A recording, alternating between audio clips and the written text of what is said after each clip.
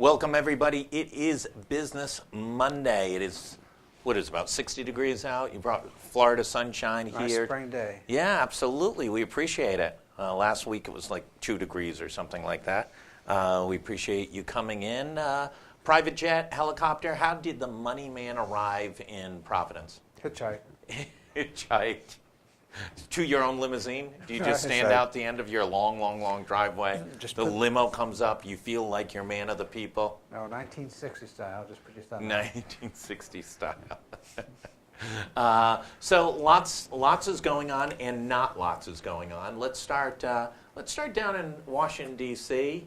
The State of the Union is, what do we got, tomorrow night? Mm-hmm.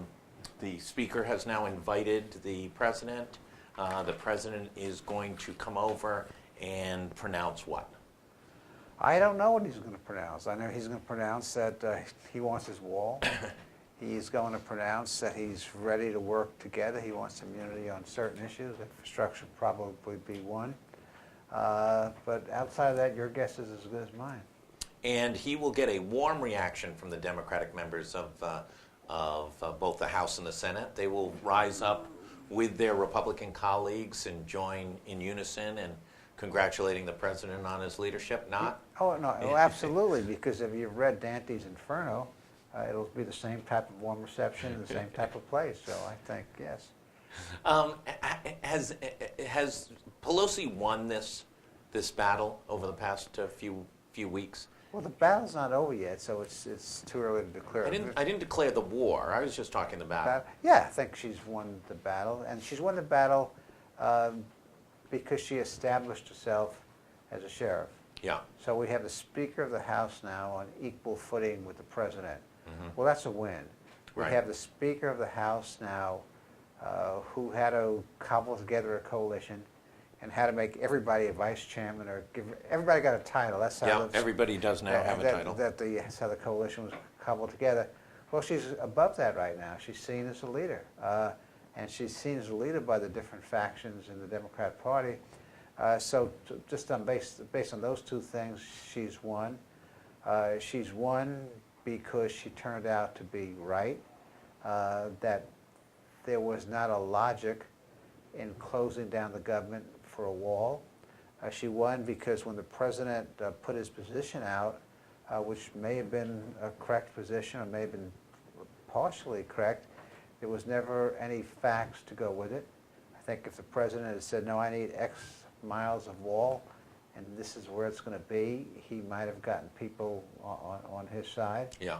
So for a whole series of reasons, to the victor goes the spoils, and at the end of the day, he stood in the Rose Garden in his overcoat, proclaiming that this was just the beginning. You know, there was a continuing saga here. Well, the continuing saga, it was like playing the first half of a football game, and Nancy scored 4 touchdowns, and he didn't get 2 first downs. Yeah. We saw that game last night. No. Can he win this thing? And I don't know what the definition this of win. Does he end up with a wall? Well, and not the Wall of China, and not the wall. Not the Great Wall of China. No, not wall as one would put in their imagination, because when you think about it, it's really semi-ridiculous to think if you put up a 30-foot concrete wall, that would be an effective deterrent across this large border, because you couldn't see what was happening on the other side. And so, the first thing they teach you about throwing a pass is to do your sight across the field. The old coaches used to say, see a little, see a lot. Yeah. See a lot, see little. And so the 30-foot wall, I couldn't see on the other side. Will he get some barrier? Yeah, I'm sure he will get some barrier, because barriers are not as crazy as some people paint them. Barriers in McAllen, barriers in Tijuana, barriers at places where there's a large influx of urban population. Makes sense. Barriers work across the Green Line between the Israelis and the Arabs. It's a very different situation, but that's not thousands of miles of Green Line. So he could. The issue, though, I think, is this: it's a political issue.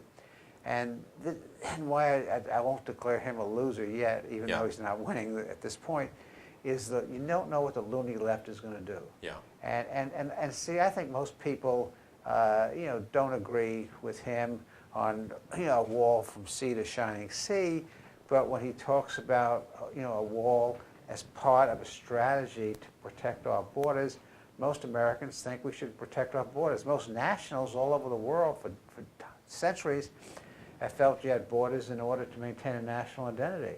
It is interesting to hear the Pope criticize the president's demand for a wall when Vatican City is completely encased, and it is not a 30-foot wall. It's more like a 40 or 50-foot wall. Yeah, I'm more interested in watching the Pope try to deal with the scandals in his church than worrying about our wall. Yeah, but right. The potential of Trump winning is, I think, in direct relationship to how extreme the other side gets. Because people want homeland security. They want a safe and secure border. They want documentation or at least intelligent discussion from experts. And that's Trump's biggest problem. He has no respect for experts, and that's where his downfall. They talk about Mueller and these other things. His downfall is facts don't matter to him. Yeah, right. And so I think the fight is not over. He's losing, but he's playing with people on the other side that sometimes don't have a full deck. Yeah. Let's talk a little bit about, is there any way him leveraging tomorrow night, he can pivot, right? He can become a little more conciliatory, a little more rational, a little more bipartisan. Is that the opportunity for him, or is that just outside of his DNA? No, I don't know, and you can tell from my comments, I'm not a Trump supporter. I was an ever-Trump person at the convention as a Kasich delegate. It depends, I think, on how religiously he ascribes to that base. Yeah. There are 35% of the people in the country, may go down to 30%, may go up to 40%, but about a third of the country, that's his base. And for him to appear to be more moderate, for him to pivot, he has to recognize that he may have to do and say things that are not consistent with what his base thinks he said. Mm-hmm. And so I don't know how they're going to do that calculus. The other calculus he has is, Bobby Kennedy used to say, no one of us is as smart as all of us.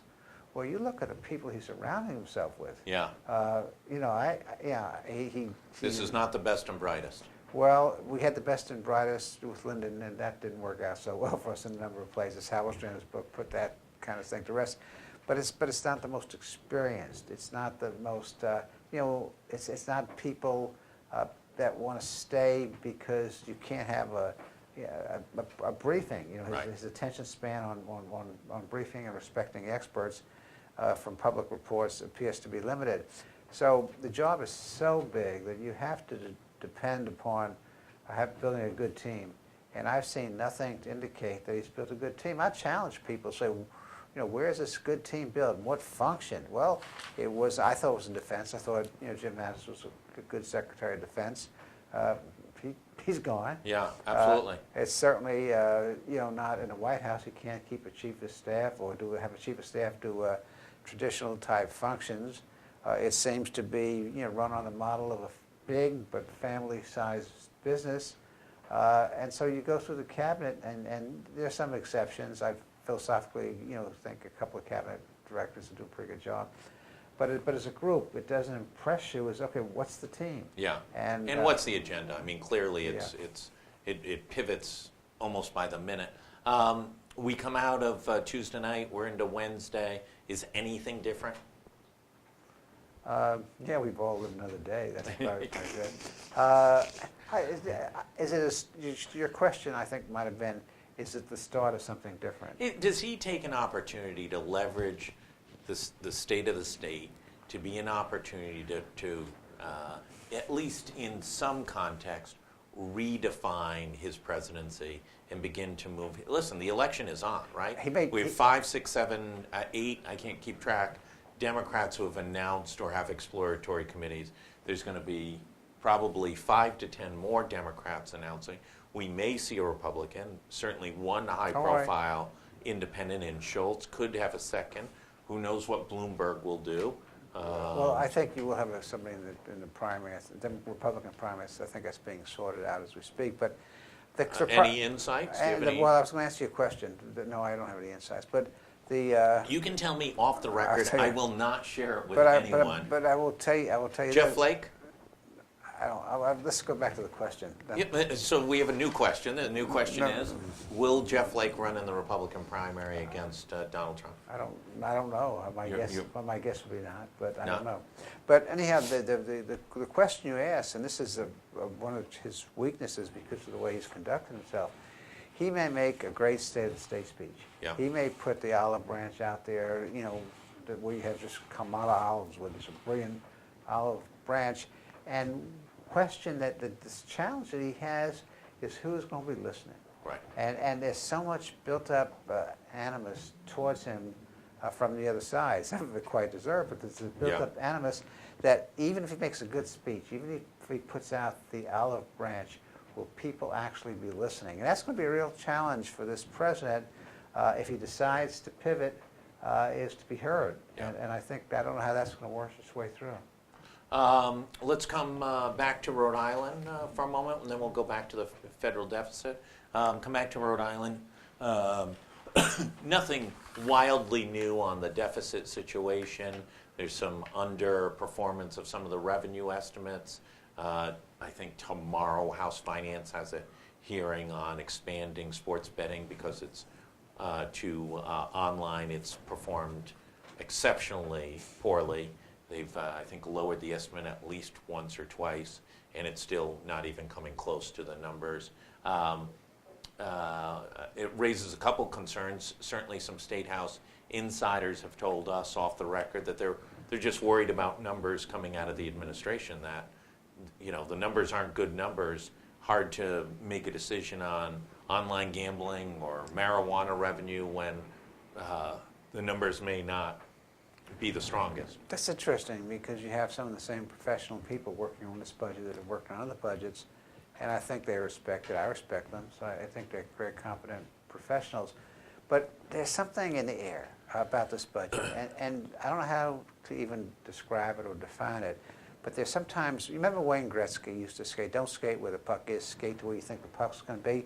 Well, when you do budgeting, there's sometimes a pivotal budget that you may be used to doing it right for the previous 10 years, but something is different. And instead of skating to where you think the economy and where the numbers are going to be, you skate to where you've always skated, where the puck is. Isn't part of the problem, and this is just a new factor of the federal tax reform, changed a bunch of dynamics? Oh, yeah, not to that extent, No? because there are fundamental flaws with this budget.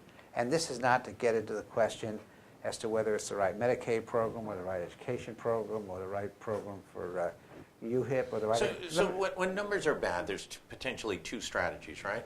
There's bad numbers because of bad math, or there's, I don't want to fix this. I'll put in a budget, let the House deal with it. Well, if that's what a governor does, then it's really ceding the power of the office, which I don't think any governor wants to do, though. Sometimes that's the outcome because the House is just strong in their views.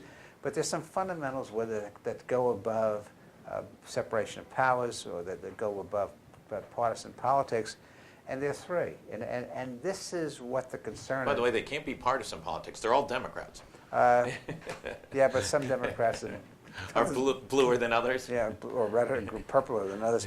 But when you look at the budget, there are three things that strike out at you, which really cause everything else to be on shaky ground.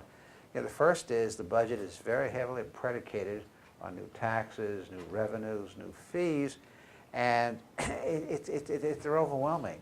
And I don't think anybody up there should take a no-tax pledge. I think there are certain tax increases in that budget that deserve serious consideration. For example, when a large company puts its employees on Medicaid, and Medicaid is in an expansionary period, that's not right. Yeah. And there ought to be a tax, and that's a tax, but that's a tax that accomplishes a public purpose.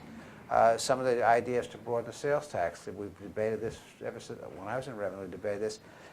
If you're no longer a goods producing or retail economy, you have to get a certain amount of your money from the sales tax, so you have to look at taxing different things than you taxed before. Those are legitimate tax conversations to have, and the governor did the right thing by putting them on the table. But then, otherwise, if it's not nailed down, we want to tax it.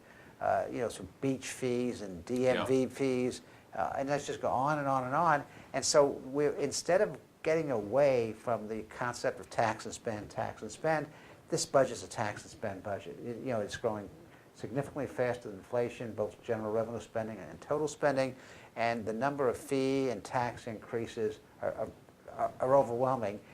And that gets away from the right debate of how should we reform tax structure.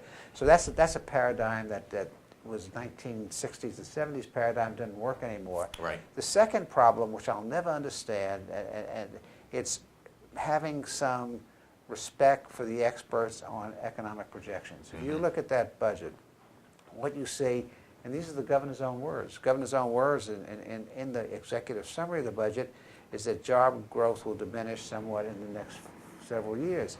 Well, unemployment, by their own projections, these are not my projections, they're not Republican Absolutely. projections, is projected to increase from 3.9 to 5, almost 5%. Well, and also remember this. This is her first budget of her second term. There's no place to hide.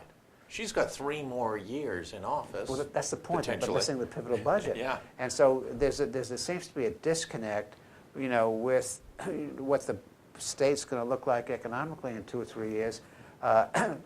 Population is flat. Population that we have is graying. The labor participation for people of working age is not increasing. And job growth averages less than 1% a year, significantly less than 1% a year over the next 4 or 5 years. So you have real strong economic headwinds. And this budget seems to be oblivious to those economic headwinds. And then the third factor, which we talk about every year, but it never goes away, is their out-year deficits. Yeah. And while there's been some improvement at the end of this economic forecast period, the out-year deficits are going to be over 6% of usable revenue. And I think the revenues may come in better, so they may be better, but I think they're underestimating what the future costs are going to be from the school construction program. I think that's understated, possibly. There are also phantom revenues in this budget. So when you just look at how the budget was designed, forgetting the program priorities, you have tax and spend, you have a budget which doesn't clearly distinguish between where the state is projected to go economically and what the spending patterns are, and you have done not enough to deal with the out-year problems that your spending is increasing significantly faster than revenue. And we always get through, but now we've gotten to, it's sports betting, it's marijuana. I'm not even sure marijuana is going to go through with the revenues that they've produced. I don't know how It's not, by the way, I'm not sure they'll reach the revenue.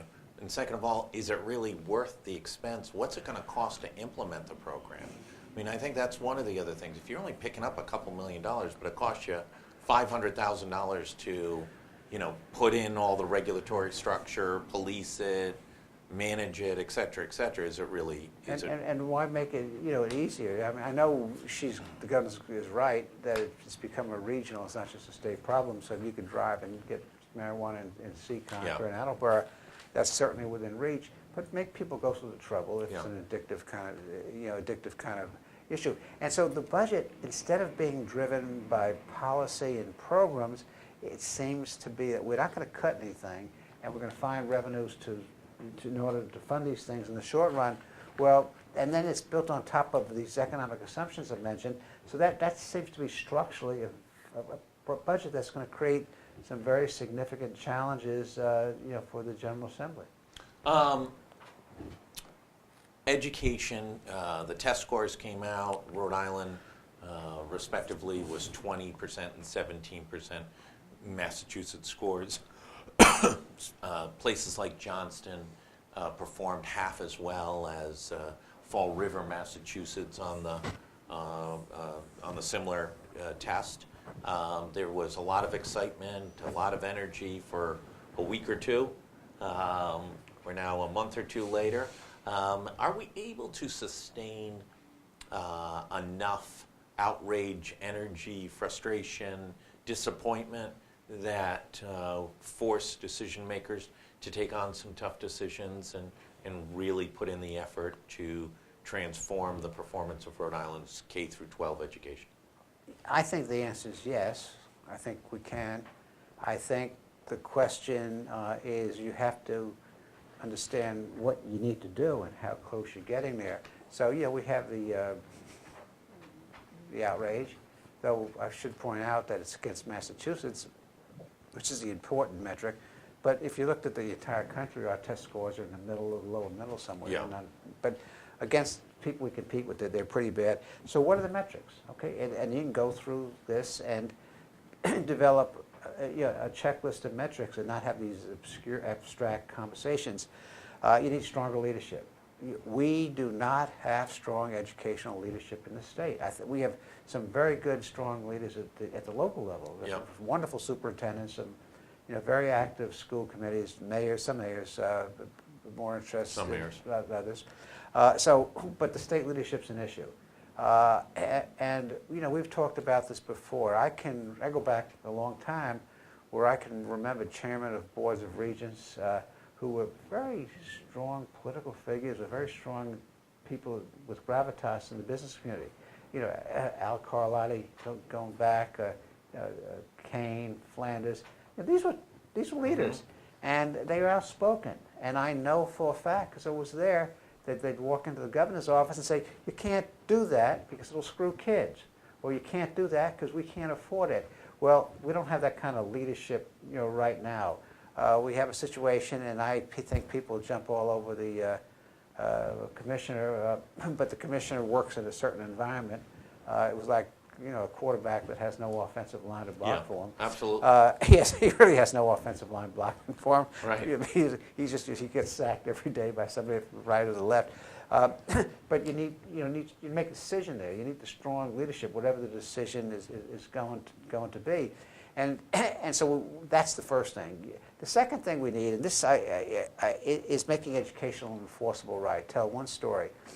In Boston, in Massachusetts, before they implemented the reforms, the Supreme Judicial Court in Massachusetts said education was an enforceable right. And that was, and 3 days later, Wells signs the Comprehensive Education Reform Act. Well, if you don't make education an enforceable right, and you do everything you're supposed to do, there's no guarantee of continuity, of staying power, because the people have no protections, what the legislature says it is. And that's why the school aid formula got so screwed up, because the court said the school aid formula equity was what the legislature said it would be. And they made sure that people that they needed were well treated. So you got to make it an enforceable right. And right now there's nobody in state government that is dealing with this issue, something that we've talked about, the School Committee Association has talked about, and we're going to try to organize a meeting up at Bryant, the Hasselfeld Institute, with civil rights groups and others, talk about this issue, because you're not going to you need to make it an enforceable right. Let's just go back to leadership. Peter McWalter to Gist. Gist to, who was after Gist? Somebody? And now Wagner? Somebody's in between there, I think. I don't recall who that was. Not a lot of stability there since Peter left. Well, 17 years with Peter. Yep, that was a long time. Deborah was there. 4 years? Well, she was there through the Kacheri administration. Yeah. And through the Chafee administration. Yeah. So she was hired at least 2 years with the Kacheri administration and the Chafee administration, about 6 years. Yeah. You don't need to be there, 10 years. You need 5 good years, to lead. You don't finish the job, but it's directional. You move it forward. And there are things that I've outlined in the Education Bill of Rights that really test this thing. And we'll embed that again in this piece and tomorrow, because it is a very, very strong pronouncement about a commitment to education. And there are things in that Bill of Rights which tie back into the specifics of legislation we're going to deal with. The first thing is kids have a right to be taught by an effective teacher, not a teacher that don't show up 10% of the time. And God forbid somebody has a serious illness and they're absent. God, we just want to help them any way we can. But when you find the pattern of Monday morning cars coming out of Chevy or Ford, and that impacts how our schools are being run, if we don't do everything possible to make sure every kid is sitting in the classroom with an effective teacher, shame on us.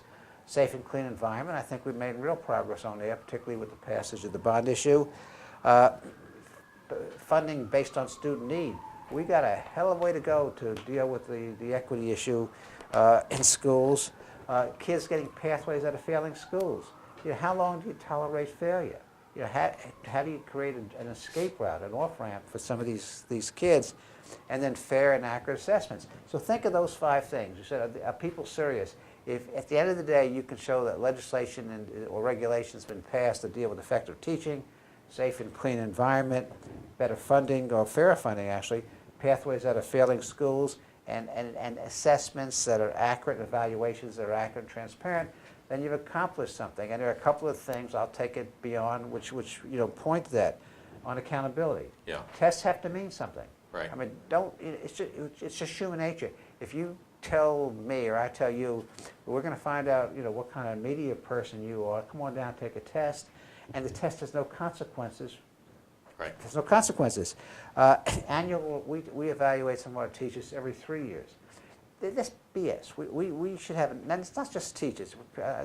It's not a union problem. It's a much bigger problem. We ought to have an independent evaluation of teachers, principals, and superintendents every year, because the people that work for me at Bryant get evaluated every year. It's not cheap. It costs money, investment in time, and money. But there ought to be a different kind of evaluation system. We ought to do testing that means something. And then we have to go ahead and figure out, okay, we've been governing schools the same way in the state for a long time. What can we learn from Massachusetts? And don't make the mistake. I think people make the mistake, well, if Massachusetts is doing it, we can just go buy the cookie cutter and place it here. No, we're the same people in a lot of ways, but it's not just a cookie cutter approach to education. But there are a couple of things that they've done as far as governance structure is concerned that we can measure here. More community-based education. Whether in some places it's school sites management, in other cases it's a choice, the Blackstone Valley, prep up there, changing our curriculum, make the decision on statewide English language, language arts and math curriculum, and have RIDE become a helper, not a regulator. So those are the things, as I kind of traced it from making sure that no one can take my rights away. These are the systematic things I want to change, and these are some of the ways that I need to change. Put your prediction hat on. We're at whatever the final days of chaos up at the General Assembly.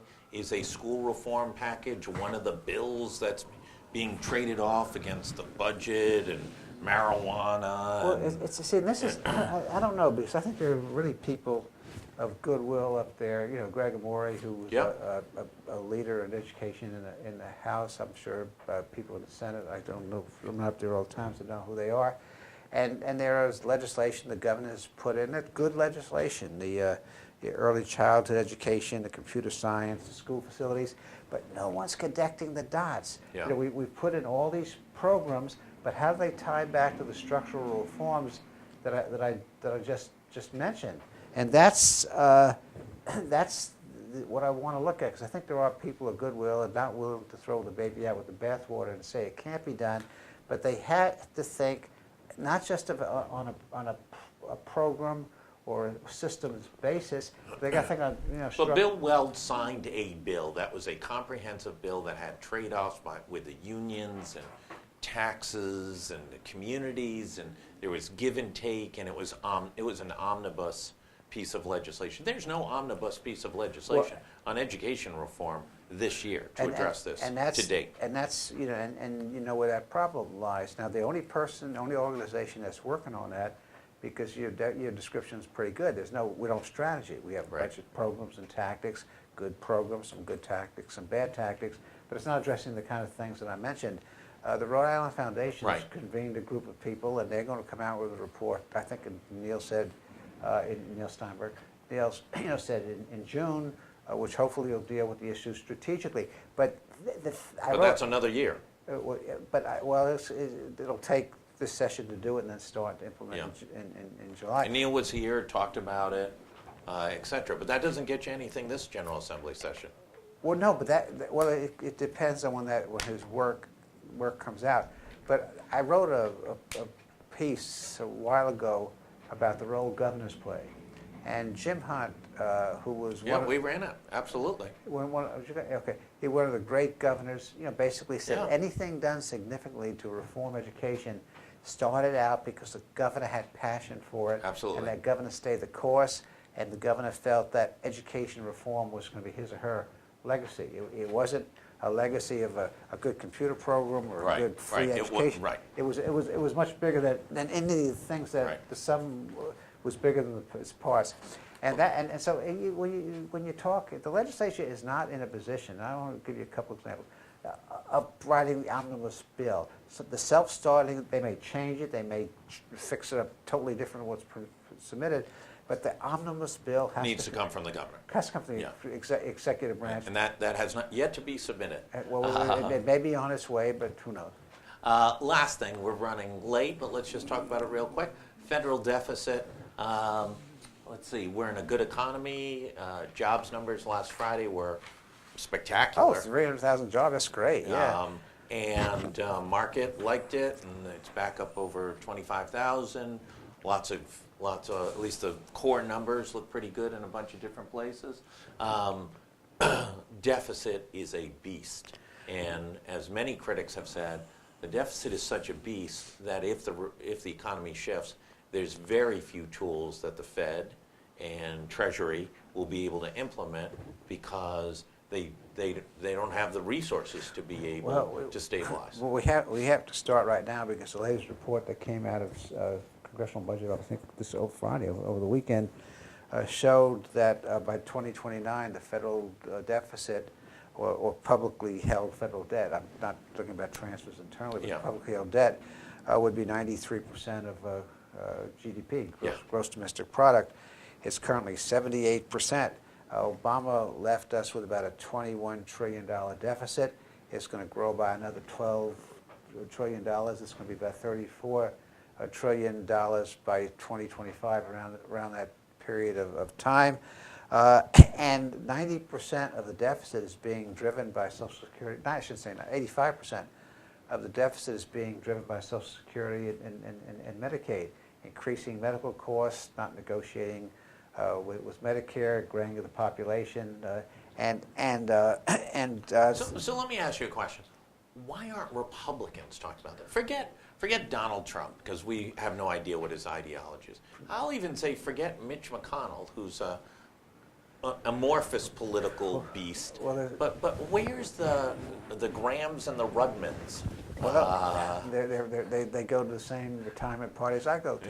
But no, that's a good question, and the leadership has to come from the president, because when President Trump was asked about, what does all this deficit mean, he said, I won't be here when it gets to that point. Yeah, but philosophically, he's a guy who's fueled his entire life off leveraging debt. So ideologically, he's not going to do it. Well, the best kept secret in Washington is that everybody talks about the deficit, and this is both parties. No one wants to do anything about it. But Republicans didn't used to not talk about it, and they didn't used to not fight for it. No, for deficit reduction. Well, the Republican Party is not. The present leadership, not the party, but the present leadership of the party, are not the old-fashioned fiscally responsible Republicans, and the moderates in the Democratic Party are not the old-fashioned fiscally responsible moderate Democrats. Fritz Hollings down there. Yeah, but there are a couple of things that are going to happen that are going to make them look at this thing. We had to borrow so much to get out of the Great Recession that if we have another national emergency, whether it's a recession or a war, if we can borrow, it's going to cost us an arm and a leg. Yeah, absolutely. It's the borrowing now. Just imagine what it could be in the future. Is going to crowd out federal spending for essential things. We spend more on the debt than we do on transportation, on employment and training, on social service programs. Borrowing is going to impact business investment because the costs will drive up.